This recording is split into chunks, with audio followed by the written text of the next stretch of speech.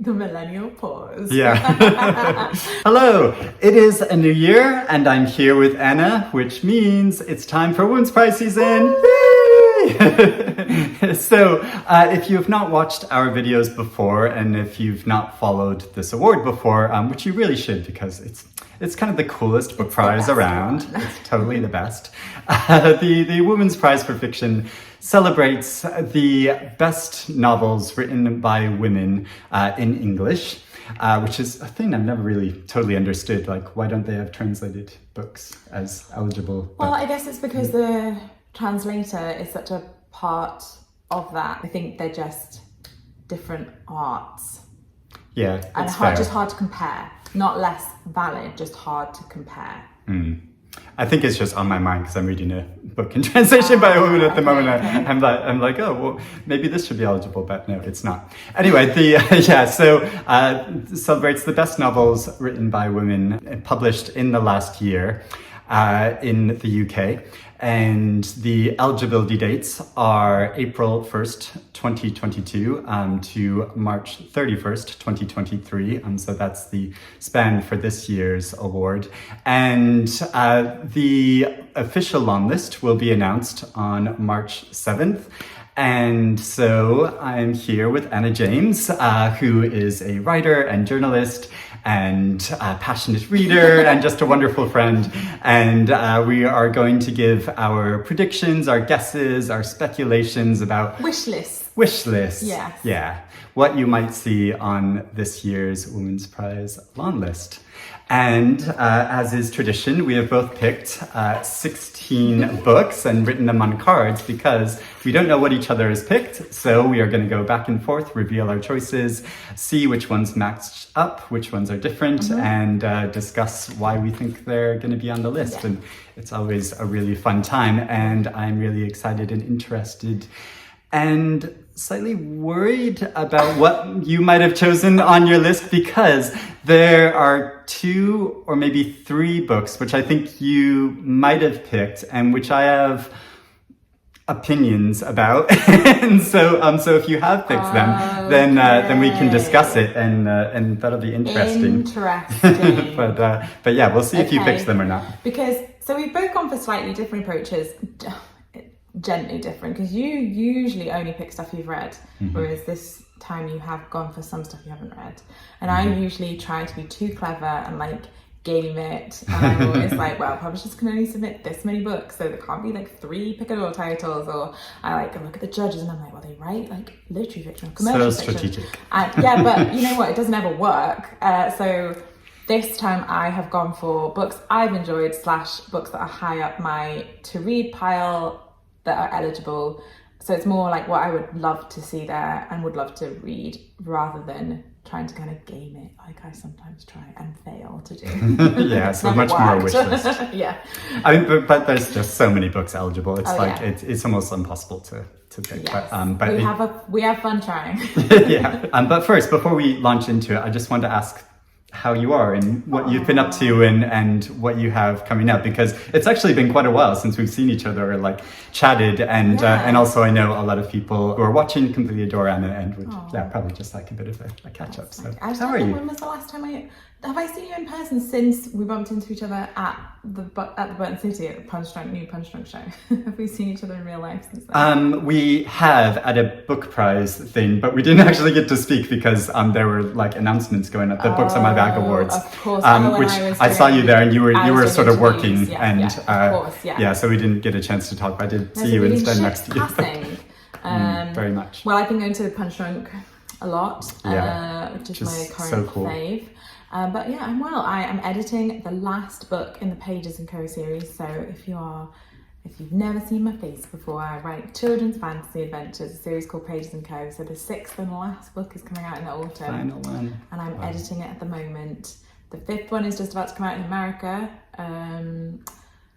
So doing both of those at the same time. But yeah, feeling very bittersweet about finishing. I'm excited to do something new, but it's it's sad. It's sort of end of an era. Yeah, and also it's a nightmare, honestly, because a 6-book fantasy series making sure like everything is tied up has been a project. Yeah. All a bit bittersweet and a bit scary doing new things, but excited. Exciting. Great. Let's start with our choices. Okay. Do you want to go first? Okay. Look, this is a book I haven't read. Okay. My first choice is A Spell of Good Things by Ayobami Adebayo. I got one before that. Which I haven't read, but her previous novel, Stay With Me, was on the shortlist a few years back, and I loved it. So I'm really excited to read this one, and that is basically my whole rationale of picking this. Haven't read it yet. Really excited to. Loved her last book. And it was on the Women's Prize shortlist, which, the judges change, but it's, certainly in the right pool. Yeah, that was my thinking too. And I have not read it yet either, but I hope to very soon. I have it in my pile sat in the other room, hoping to read it soon because I'm really eager to get to it because, just loved her first book so much. Yeah. And this set in modern day Nigeria involves two characters mainly. I think a young woman who I think is the trainee doctor and comes from a more wealthy background, and then a young man from slightly more challenging circumstances, and how they kind of meet and are bound together when a big dramatic event occurs. And looking very much at sort of class in modern day Nigeria. I think it sounds really good. Yeah, and she's just a wonderful writer. Yeah. So great. Oh, well, we're off to a good start. Match already. Okay, but you have one that was before that, alphabetically. I actually don't. No, I don't. You just have your card keeping. This is checking out, looking at the dates of when, so I can remind myself of when it's coming out. Okay, great. Okay. So my first actual choice after that is a historical novel called The Disenchantment by Celia Bell. Have you heard of this? That rings a bell, but only a very faint bell, and I have not picked it. And I have not read this yet either, but it's one I'm very keen on. It's a historical novel set in France during the time of Louis XIV, the Sun King, and is about the nobility and scandal and fortune-telling and rumors of witchcraft and a queer love story. So like tick, tick, tick, basically. Absolutely, yeah. I knew you'd be into it, and I'm very excited to read it too because I just think that sounds so fun. It's only just come out, I think, or just about to come. Imminent, or just it's like early February. Okay, well that's going straight on my list as well. Great. Okay. I don't think you will have picked this one. This is one that I think. It's Either Or by Elif Batuman. Yes. So this is one, actually, I don't know, it's a sequel, which I feel like if I was trying to game this, I probably wouldn't have picked this, but The Idiot, which was on the shortlist a few years ago, is a book I love. I actually reread it last year and liked it even more. I haven't got around to reading this yet, but I have it and it's very high up. I feel like it's just one of those, when you have I haven't read much this year that hasn't been for a thing, like a work thing. I feel like I've barely picked any of my own books thus far this year.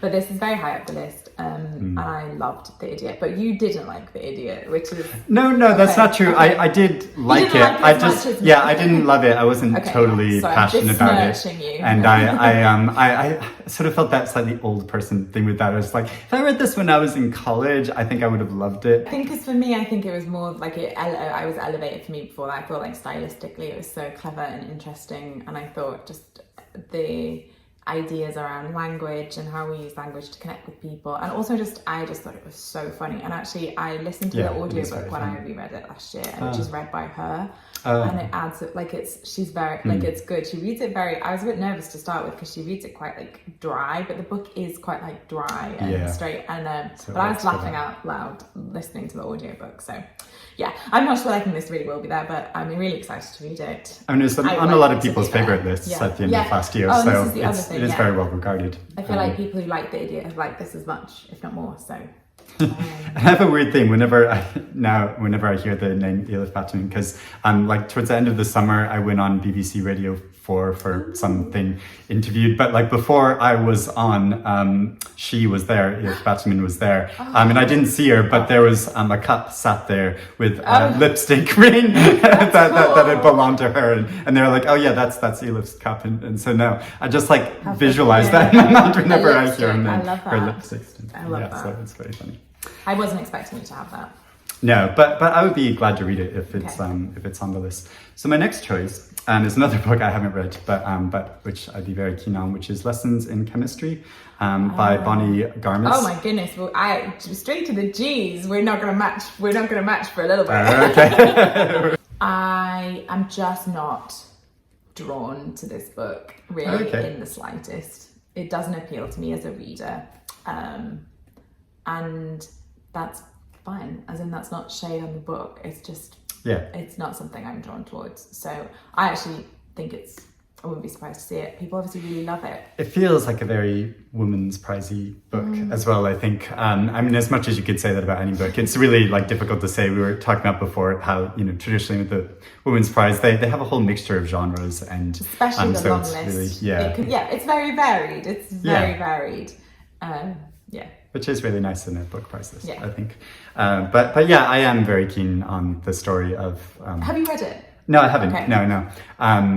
But yeah, just that, I mean, I do love stories about cooking and food, and this is about a woman that becomes a TV chef after studying chemistry and experiencing sexism in the scientific field, and how her experience in scientific knowledge sort of informs her approach to food. And yeah, I just think that sounds really interesting. I've just heard nothing but good things about it from anybody that has read it. So I have heard some not good things, which I also really like that the author has been very upfront about the US cover of this book.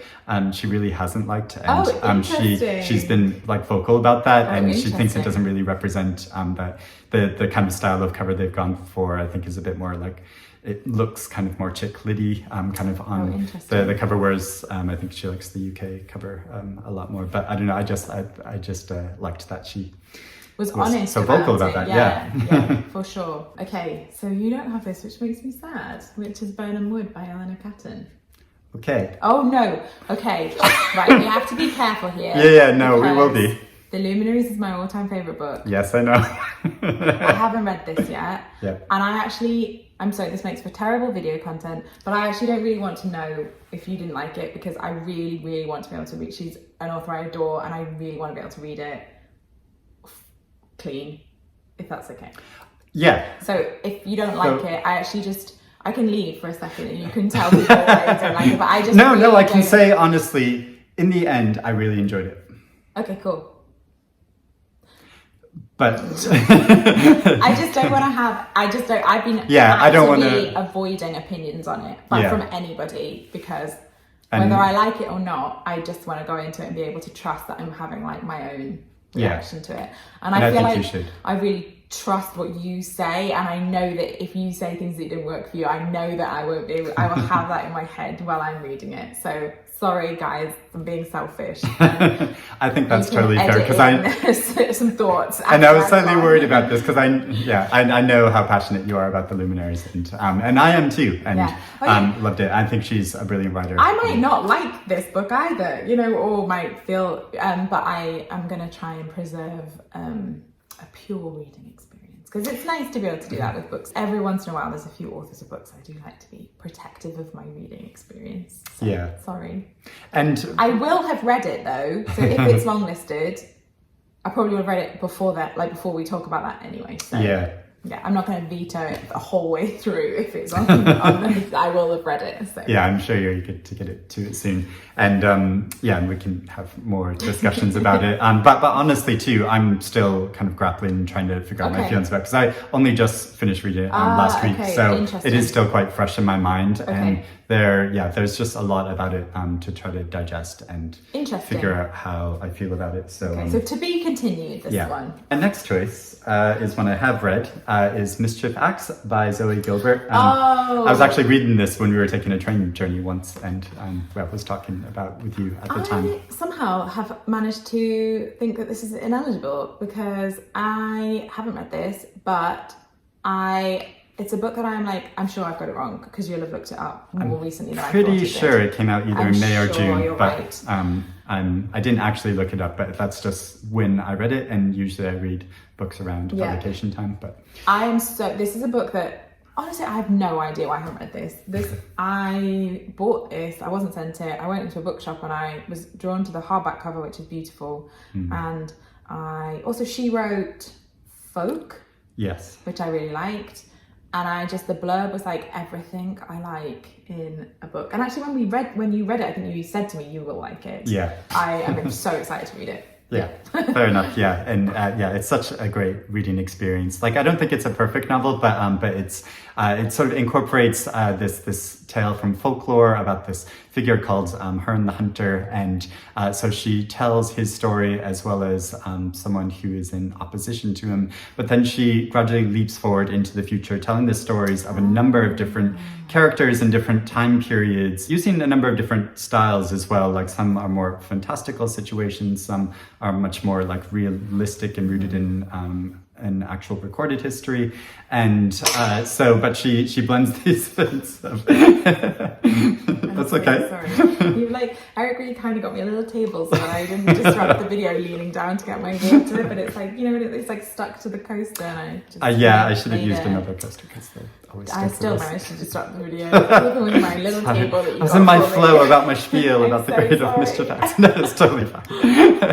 But yeah, anyway, really great book, and one of my favorite forms of storytelling is kind of interconnected short stories, and this feels almost that way in that each section is kind of its own little thing, but also the spirit of this figure, Herne the Hunter, kind of enters into the story in different ways. Yeah, it is a novel. Yeah, it's definitely classified as a novel. And she's just such a unique writer. Like, nobody else is writing like she is. Okay, next up is another one I haven't read.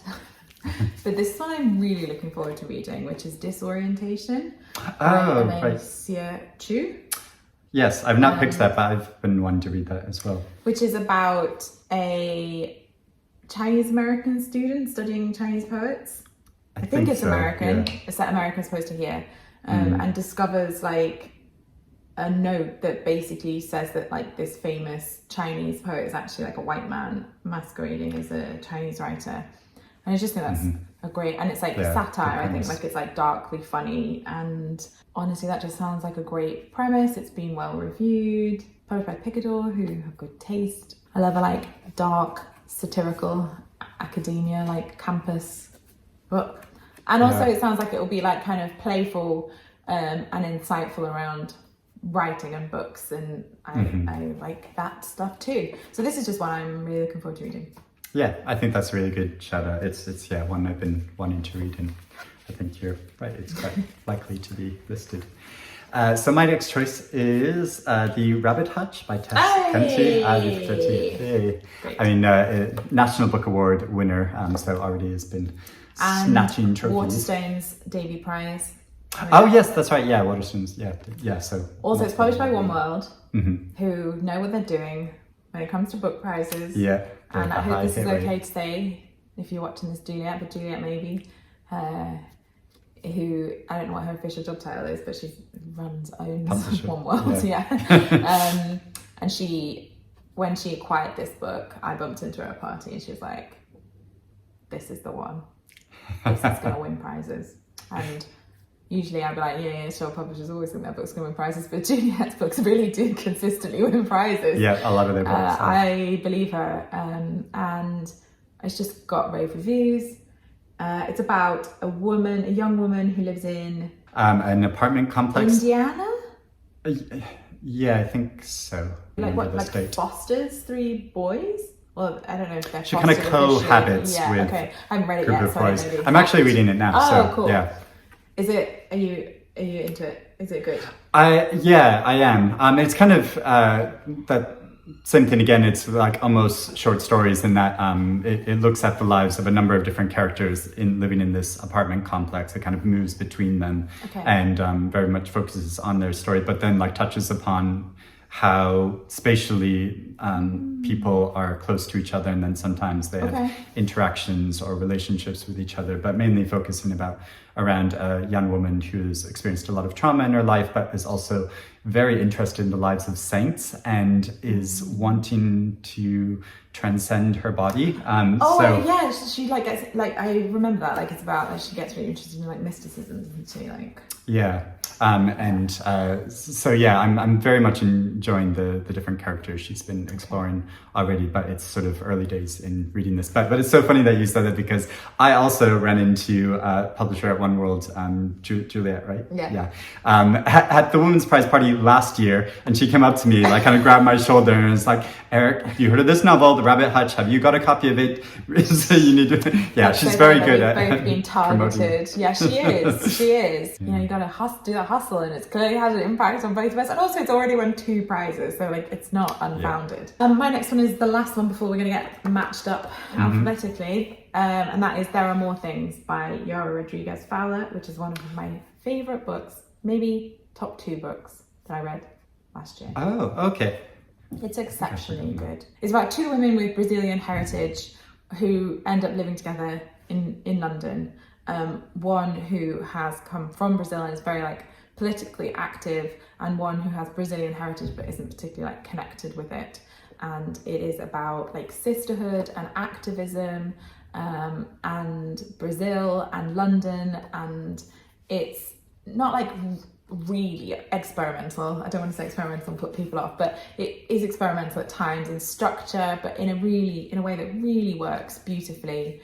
I thought the writing was extraordinary. I was hugely moved by it, and yeah, it was one of the best books I read last year. I would love to see it getting lots of attention and lots of people reading it. I just thought it was exceptional. Yeah, and I think it has been nominated for an award or 2. Maybe the Goldsmiths Prize. Yeah, maybe it would be a good fit for Goldsmiths. Yeah. Oh yeah, it's not like it's exactly like completely flown under the radar. I just want everyone to read it because I think it's really, really good. So. I haven't read it, and kind of I've sort of put it off a bit because I'd started reading her first novel, Stubborn Archivist, which I haven't read. And I just didn't really get that into it, and I DNF'd it. I abandoned it because I wasn't that into it. So I thought maybe her writing style wasn't for me, but I have heard really great things about this. My friend Bob like absolutely loved it too, and has been raving about it to me. So I totally believe that. Also, it's quite chunky, but it's a quick read because quite a lot of it is like the structure means that it's not as dense as it looks. Okay. Not that would put you off it being a long novel, but more just like generally, like it's not as dense or as long as it looks like from the size of it. Yeah. This next novel, I'm really curious to know if you've read it or not. And because I only just read it recently. It's Vladimir by Julia Jonas. No, I haven't read it. This is one that I'm just like honestly not super drawn to as a reader. Okay. I read some like middling reviews, but then I've seen people raving about it on social media. I can't even remember, honestly. Can't even remember why. I feel like I read the blurb and I was like, just not necessarily feel like it would be a good fit for me, but I just found it I haven't read it. I just found but you know what it's the story? I feel like sometimes there's so many books to read, and sometimes you end up going off like a pure like gut instinct that is not often right, but you have to decide what to read. Because you can't read everything. So. And like sometimes it's pure vibes, and they might be entirely wrong, but you know, it's just you deciding what to read, and sometimes you're just like it just doesn't appeal or it does appeal, and it might not be right at all. But and you don't have to apologize for that. No, I just for making those snap decisions. Clear that like I'm aware that they're totally pure fine. like instinctual vibes, and they might not be accurate at all. I find it very fun, as well as like it's sort of discussing a lot of serious issues, I think, in a creative way, and how it handles them.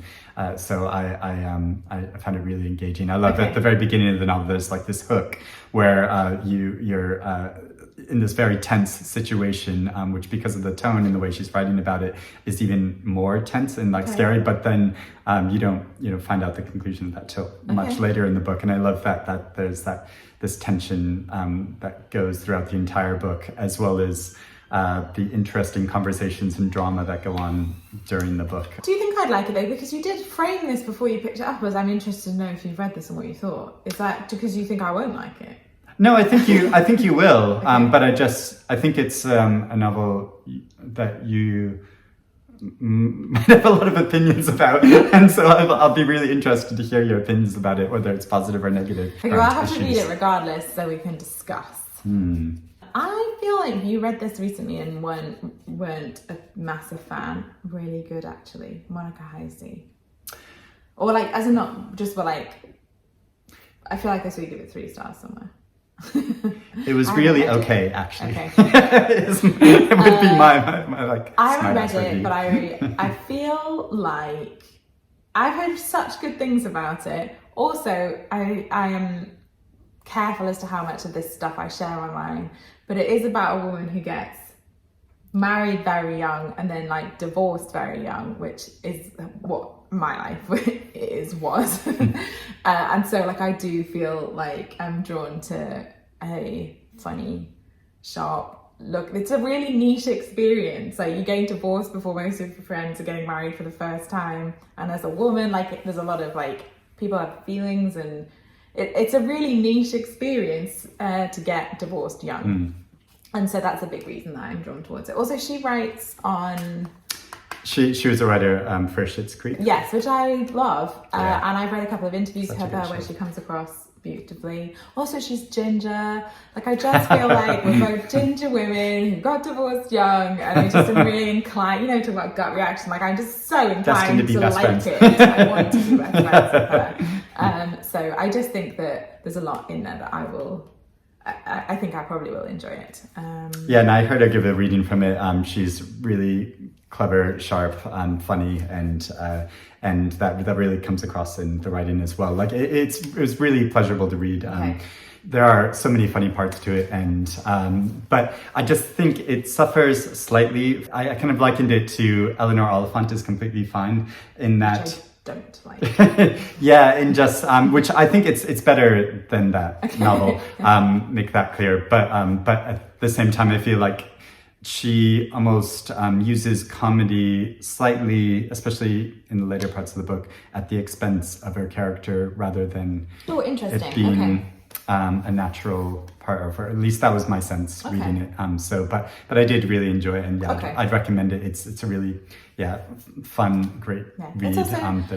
They just usually tend to like. It's nice to have a few more kind of commercially more minded books on the long list, and there is usually a couple, isn't there? So I just thought this might be I think it's a good shout out and fit for that slot, and I'm excited to read it. My next pick is Trespasses by Louise Kenny, which I think was also shortlisted for the Waterstones. So this is the one. When I arrived, I was like, I have 17 books. I don't know which one to take off my list. And this is the one that I was like, I'm going to take this off because I think you'll have it. It's really good. Set in Northern Ireland in the 70s, a woman who's a teacher, who's Catholic and having an affair with a married Protestant man.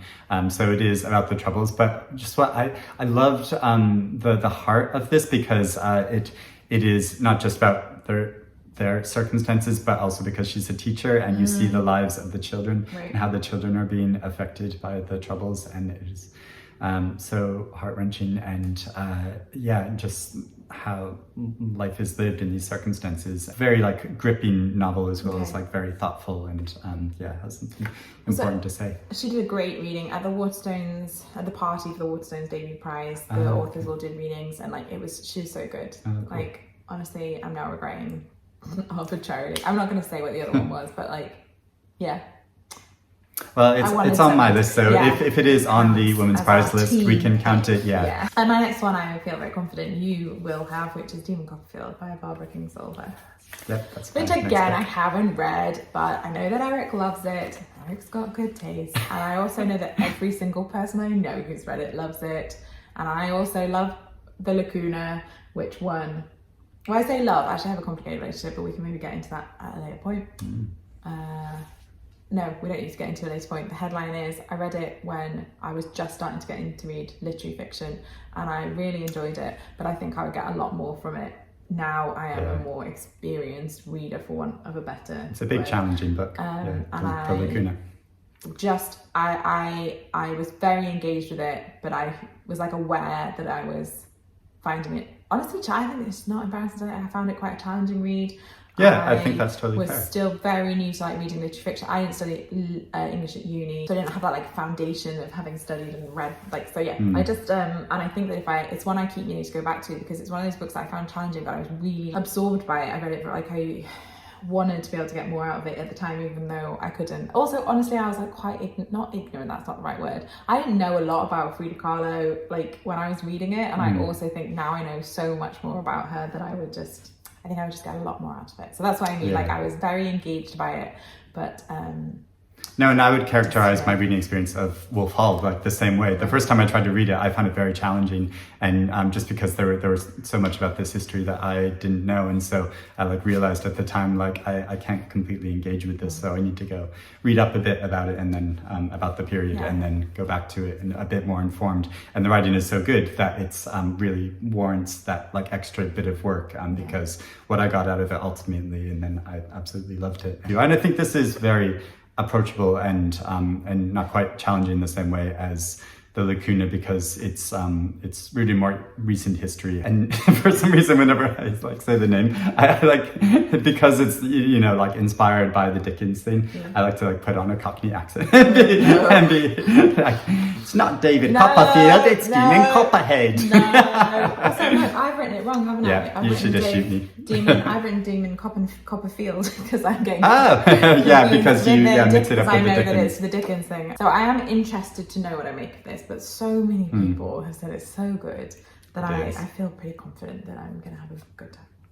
I'm going to predict now that this is going to win the Women's Prize. It's going to win every award this year, and I think it should, because it is so great. It is, I might be eating my words when it's not even long listed, but I mean, it's very likely she's won the Women's Prize before. She could be the first author to win the Women's Prize twice. I don't think any other author has done that. But something I so admire about her as a writer, that I think she's such a great artist, that so many of her books are really different from each other. And like when I was reading this, I was sort of thinking like, oh, this is Barbara Kingsolver, right? Because like I really wouldn't have expected this book from her. And I think that is so skillful when an author can do that, can almost be like chameleon-like in their writing style and subject matter, to have such a broad scope in that way, to change up. So I think it kind of makes sense in a way that you might not have got along with Flight Behavior, but other books of hers, you might connect with more strongly.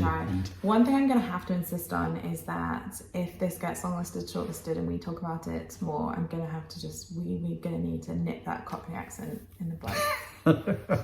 Fair enough. Let's go in a bit Dick Van Dyke for it. I don't know what. We enjoy it if we're at the party. I would enjoy being at the party, us having had 3 glasses of champagne, and you talking to Barbara Kingsolver. That I would like to see. That does happen. We'll try to capture it on film, as well as I promise. Barbara Kingsolver throwing a drink in my face and telling me to stop. Just stop. I'm also really interested if you have read this or not, which is Maps of Our Spectacular Bodies by Maddie Mortimer. No, I haven't read it. Okay. I've heard good things. Yeah, it's I read it, loved it. I thought it's so good. Takes such a creative approach to its storytelling and ways of looking at the body and illness. And so found it incredibly meaningful and moving, the way it looks at different perspectives, not only a woman that is experiencing a relapse in cancer, but members of her family, and goes into the different perspectives, just has, and for a debut novel, it's so impressive. Okay. It's wonderful. Yeah, I think it's really great. It was one of my favorite books I read last year. What was on? It was on the Booker Prize Longlist. That's it. Yeah, last year. I'm aware of it. And I was so flattered and I went to the Booker Prize party and Maddie Mortimer came up to me and it's like, hi, I just wanted to say thank you for positive things you said about my book. And I was like, I'm so excited to meet you because you're great. And yeah. Oh, that's nice. Yeah, it was really lovely. My next pick is The Book of Goose by Yiyun, yes. which I am reading at the moment. So I haven't finished it, but I have started. I love her writing and I'm really enjoying the book so far. Oh, great. Have you read it? I have not, no. My husband has read it and really liked it. And you've read, because I feel like we've discussed liking, you've read her before and like. Oh yeah. I've read 2 or 3 of her books before. Yeah, she's great. Her book, I'm going to get the title wrong there because it's long. Like, my dear friend, I write dear reader, from my life in reels. From my life to your life. I can't remember the title properly. Yeah, I can either. I love and has really stayed with me for a long time. I also heard an interview with her on the Literary Friction podcast. Oh, yeah. And so she was just came across so well. So it's a great podcast if you're a reader. I really enjoy it. I am about a third of the way through. So I'm set between France and America, right? Yeah, so there's 2 sort of girls who have a very intense friendship and it's about writing and authorship and identity. And then the book opens with like one of them finding out from her mother that the other one has died. And yeah, I'm aware that I'm partway through, so I have nothing concrete to go on really. But I just think she's just such an exceptional writer. I'm really enjoying this book. I think the only thing that made me slightly hesitate is I read her novel previous to this, Must I Go, which I thought was really interesting and ambitious, but I just didn't love as much as I was hoping to. I mean, I kind of liked it, but I just felt there were parts of it that were a bit of a slog, and so I was slightly worried. But yeah, I've heard really great things about this. Also, really fun fact, during lockdown, Yen Lee was running this kind of book club of people reading War and Peace, and Joyce Carol was part of that book club and was reading War and Peace too, so she had to come up sometime. I was going to say, you can't make a video without JCO making an appearance. This next novel is Nightcrawling by Leila Mottley. I have got that one too. Yay! I haven't read it, but I feel like I'm just such a broken record. I haven't read it, but I'm really looking forward to it. But it's true. This is on the Booker Shortlist, Longlist. And I just think it sounds, I don't love traumatic books. I like literary fiction, but that's not too heavy on trauma, I feel like. It sounds so pretentious. I was about to say, I like beautiful books. And it's not to say that books about trauma can't be beautifully written. I'm a bit nervous that I'll find it. What was the book? Creatures of Passage. Right, yeah. And that's a really good example of a book that I thought was so exceptionally good, but I felt low-key scarred from having read it. Yeah. And have you read this one? Yes, I have. That it'll be the same and there is a lot of difficult subject matter. And one of my friends said to me while he was reading it, he was like, nobody prepared me for how dark and disturbing some parts of this book are. Because, it's really difficult subject matter of a young, teenage girl who's kind of forced into prostitution in order to support herself and her brother. And then the police take advantage of her and the terrible things that result from that. But it...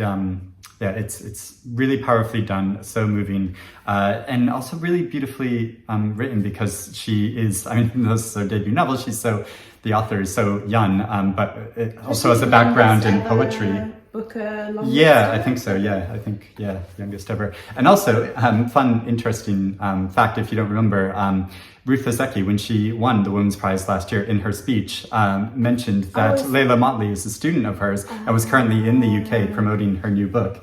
And after she mentioned that, I was like, I think I was sent a copy of that book. And after that, this had become an Oprah's Book Club choice, and then it went on the Booker Prize long list. And so it's been really big in America, hasn't it? On the bestseller list. And it's based on real life situations. So that adds, I think, power. And I'm a bit I feel like nervous isn't the right word, but you have to emotionally steel yourself to that, being glad I read it, but it having some tough moments.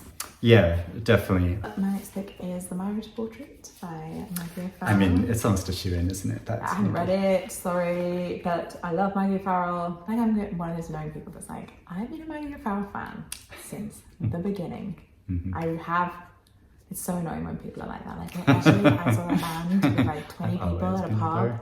And I'm like that. Now Maggie Farrell's like, I was like, I liked her from the start. But that's fine. That's true, it's valid. But it also doesn't make me a better reader. Just happened to have discovered her books earlier. Yeah, and I only caught up with this relatively recently because this was like my my winter break or Christmas break sort of like reading treat that I like saved for myself, and I read it over that period. I just enjoyed it so much. It's so good. Just absolute delight, as well as being really clever. Has such like amazing historical detail, and so like interesting that it's like set almost around the same time as Hamnet, but in a completely different setting, completely different circumstances and social milieu, and how she brings the story to life. The ending is so clever. I was actually just talking about this with my husband last night, and he's like, well, obviously you know how it's going to end. And I was like, oh, but do you? Okay, it's really clever. Interesting. Okay. It's and makes a really interesting statement in itself. It isn't just sort of like trickery for the suspense of the novel. It's like, I think it says something good too. So exciting. Yeah. It's so good. She's so good. Next choice is The Swimmers by Julie Otsuka. I have not picked this. I don't think I have even heard of this one. Yeah, I don't think it's made much of a splash here in the UK. I really should be shocked. It's quite a slender novel. It is so beautiful. I loved it so much. One of my favorite books of last year. Okay, exciting. Really, really good. Such an interesting narrative style. So presents a group of swimmers at this common pool, and it's narrated like in this wee voice, in this collective voice, and you gradually like get a sense of the different individuals that are there. So it moves from this like collective voice to this individual voice, but also this like how a kind of swimming pool like this is this weird meeting point of where people from all different backgrounds and circumstances are kind of leveled out in this way where they're all just, in their bathing costumes, like swimming together, but also like making up the rules for, there's, a certain appropriate behavior around the pool and stuff, and focusing on one older female character who is suffering from dementia. The story gradually moves much more into her tale and her daughter who's trying to move her into a facility to deal with this condition that she's experiencing. That's so good. Okay, great. Well, that's a convincing recommendation. My next pick is The Things We Lost by Jyoti Patel. I don't know if I know that. Won the Murky Books New Writers Prize. I can't remember if that's exactly what it's called. And I, again, can't remember off the top of my head, but when I was sent a proof, it had the judges for the prize in the thing, and I was like, oh, if those people think it's good, then it must be good.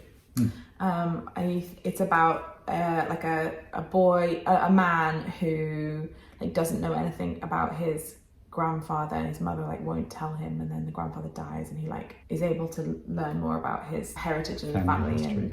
But I haven't read it yet, but I think it got some pretty good reviews. I think it just came out in January, and I think it was must have missed it but maybe honestly it was more just I remember just thinking, yeah, that's an impressive list of people to think the book is good. Another book, which is kind of a left field choice, but which I think sounds really interesting. I've been wanting to get to it, and I've heard really good things about it, is What a Mother's Love Don't Teach You by Sheena Taylor. And I've not read it, but I have not read it, or I think heard of it. Really good things about it. It's about a woman in Jamaica who gives birth to a son, but feels she isn't able to care for her child. So it sort of gives it up for adoption to an American couple, but she never forgets this child. And then 18 years later, an 18-year-old boy comes back to Jamaica. And so I think it's about kind of reconnecting and also reconciling with these feelings of being parted with a child. Awesome. I think that means that you won't have this one. I'm a Fan by Sheena Patel. No, I almost picked that though, and I've not read it. But... I am halfway through it.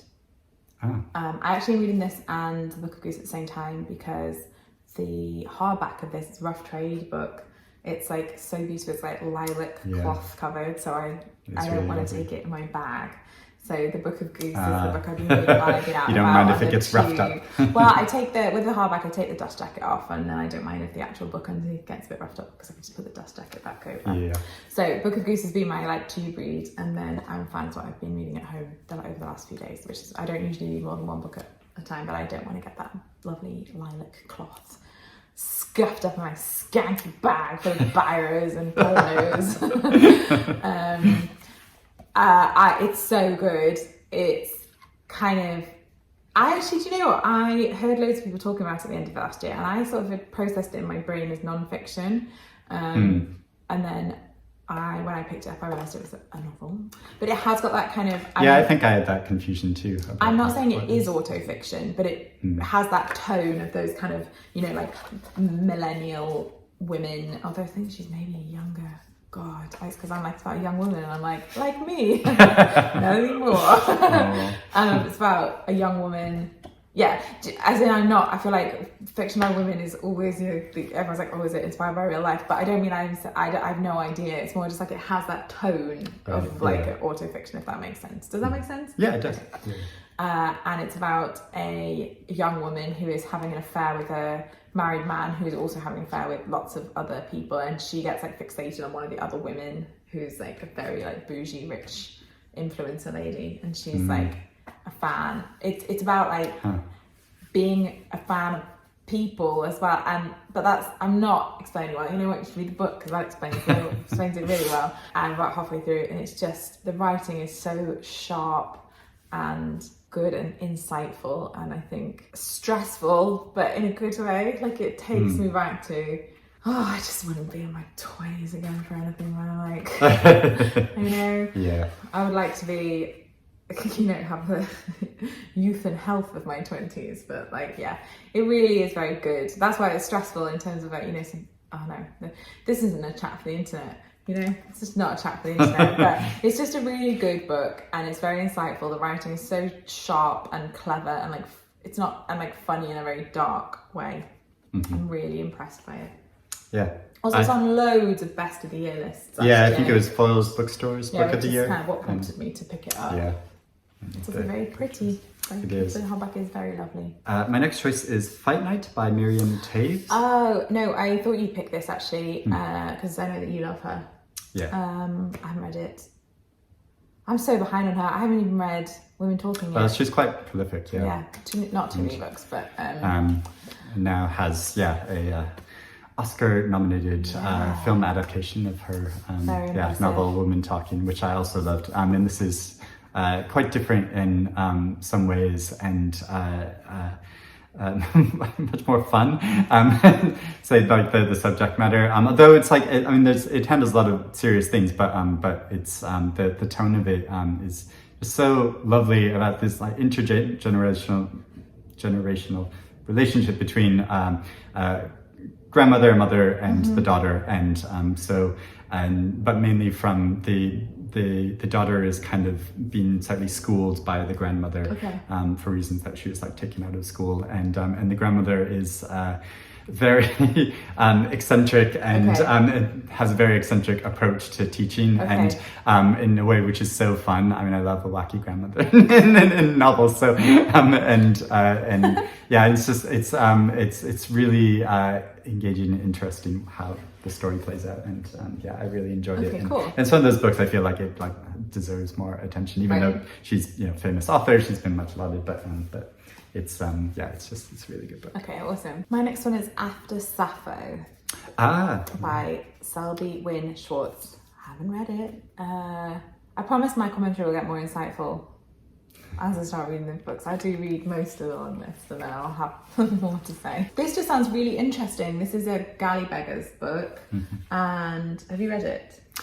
I started to. Oh. I put it aside, but not because I wasn't enjoying it, but also that thing I need to do more research and reading around this book before. It's a Greek chorus. Wouldn't necessarily, or at least from what I've read, I wouldn't characterize it as a chorus because it seems to focus very much on different women at different times, rather than kind of a blend of voices, and that was the slightly challenging thing for me because there's a lot of different women, a lot of whom are based on historical figures. So part of it was like me being uncertain, like, well, is this what actually happened in their life, or right, okay. how much is she fictionalizing this? Right. But yeah, a lot of people have really loved it. It was on the Booker Prize Longlist. It's really interesting subject matter, and Gallia Bigger Press are great. But so like it's one of those books I've like almost like felt guilty because I wanted to be on board with it. I sent an early copy of it. They were so enthusiastic, like, oh, you have to read this, Eric. And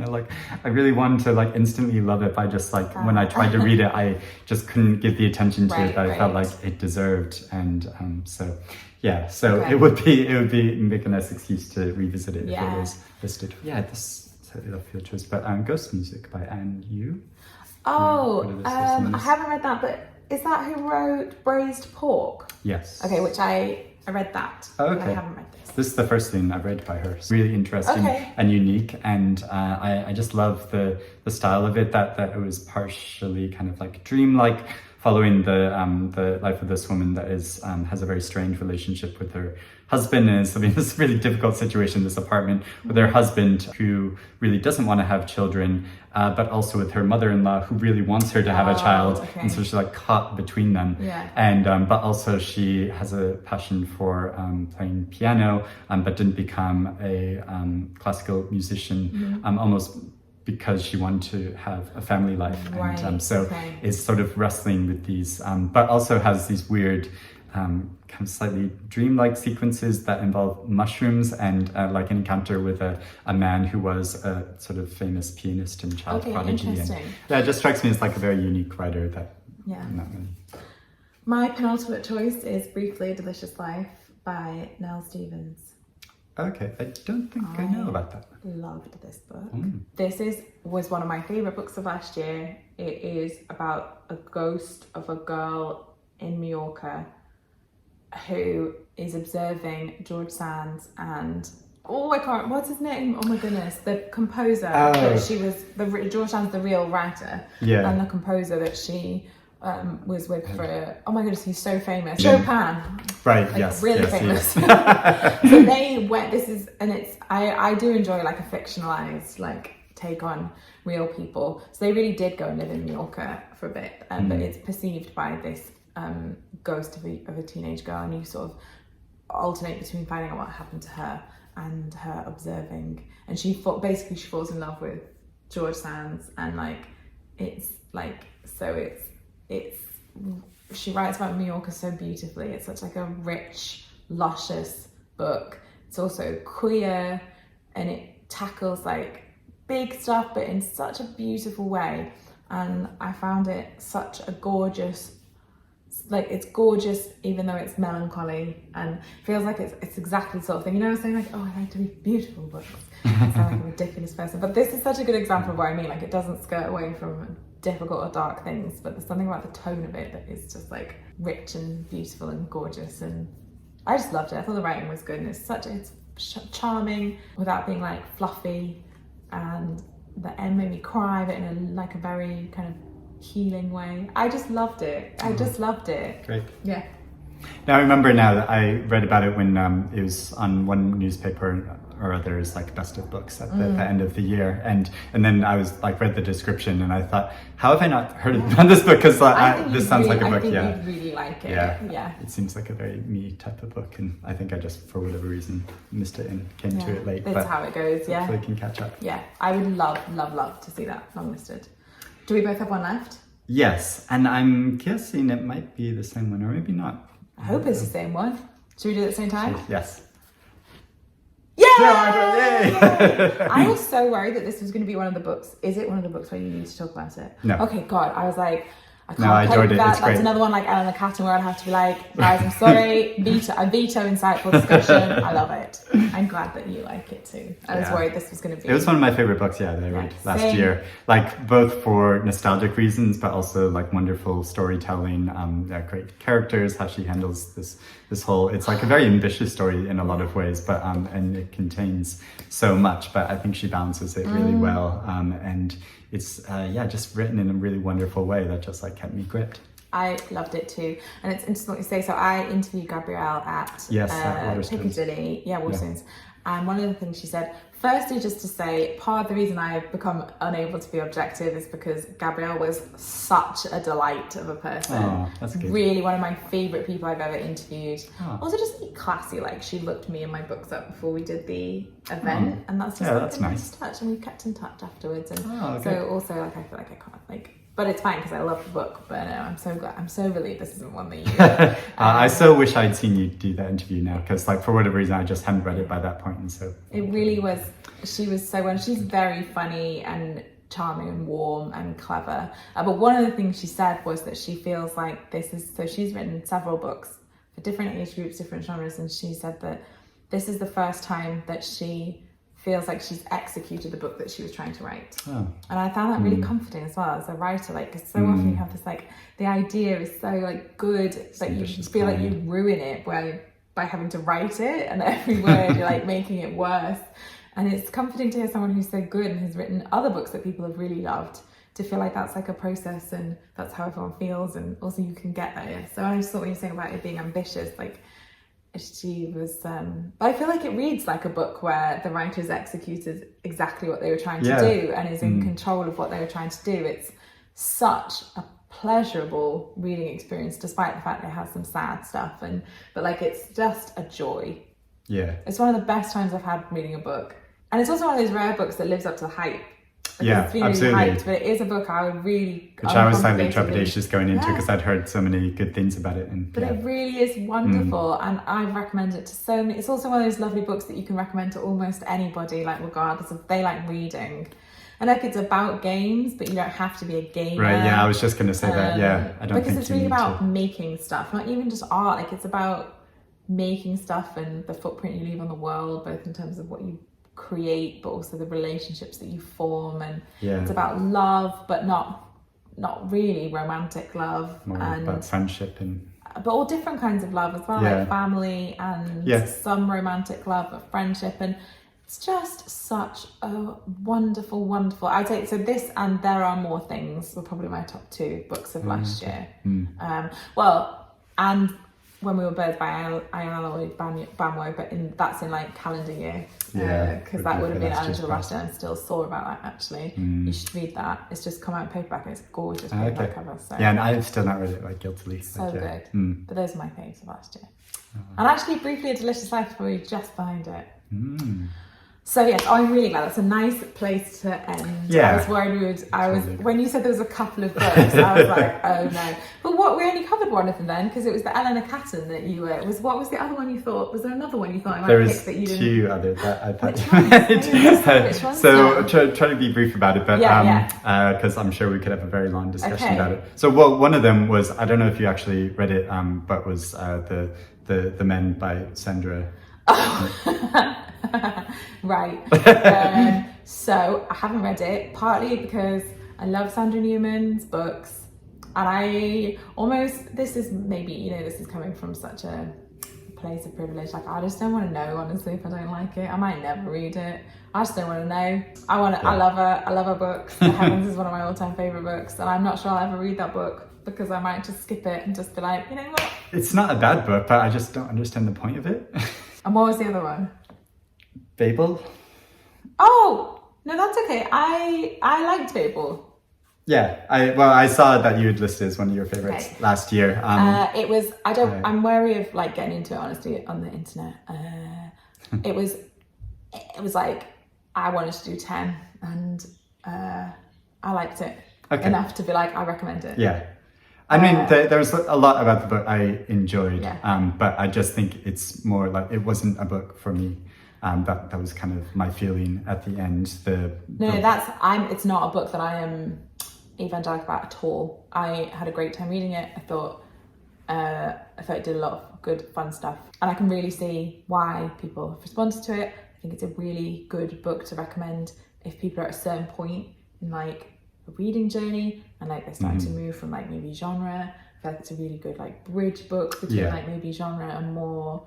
I think the way it's been framed is interesting, because I feel like I see people who are fantasy readers perceive it as one thing, and people who are literary fiction readers perceive it as the other thing. And I actually I just think it doesn't matter really what it is. I just think sometimes people think it's what a different thing to what it is. Does that make sense? Because I think it's like, and I'm very wary of being like snotty about anything, because I love fantasy. Like, it's my favourite genre. But it's a book I think is a good time that I'm happy to see do really well and would recommend, even if it isn't a book that made my like heart sing. Yeah, I think that is no, very, very fair. We wouldn't have had any drama if we talked about it, and we won't if it's longlisted. It's got quite a few matches, don't we? Yeah, shall we add up and see how many we actually have? We've got six. That is more than usual. 6. So our mutuals are The Rabbit Hutch by Tess Gunty, Demon Copperhead by Barbara Kingsolver, Marriage Portrait by Maggie Fowler, Tomorrow by Gabrielle Zevin, Nightcrawling by Leila Mottley, and A Spell of Good Things by Ayobami Adebayo. Yeah. So those are the ones we both picked. And I think, all those are very likely. And some others. And we had quite a lot of ones where they were obviously ones we were both thinking about. And there's a couple of books that you picked that I'm really keen to go and seek out as well, which is always fun. Yeah, same way and around. A few TBCs like Eleanor Catton. We will see how I feel about that. And we will discuss it. But like I said, I'm still processing it. Interesting. So we'll see. We will see. So March 7th. Yeah, March 7th. The reveal. Yeah, Longlist will be announced then. Let us know in the comments below if you agree with any of our choices, if we've tempted you to read any of these books, or if you have picks of your own that you think might make this year's list. Don't come for me for anything I've said at all, please. Be nice in the comments. Yeah. Just all in good spirit and fun, and want to keep it that way. Thank you very much for watching. Thank you for joining me, Anna. Where can people find you if they want to find you on social media? I'm very easy to find because I'm a case for books everywhere. So Twitter, Instagram, TikTok, although I'm a bit old for TikTok, but I'm trying. Sorry, young people. You've made some really fun TikTok videos. Thank you. I appreciate recommend that. people go watch It's bookish. It's not. Don't worry. I'm not doing like awkward dance routines and stuff like that. Actually, do you know what? I was wondering about making a return to YouTube because we are hoping to be able to move house at some point this year, and I need to do a massive book sort out.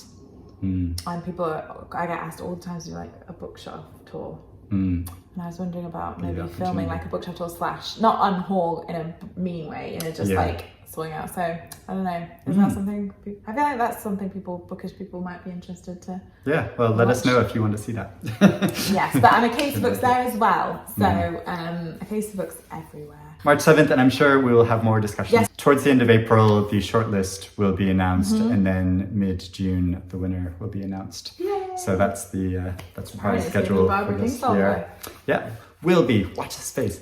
Great. I said it here first, and if it doesn't happen, then ignore that that I said anything.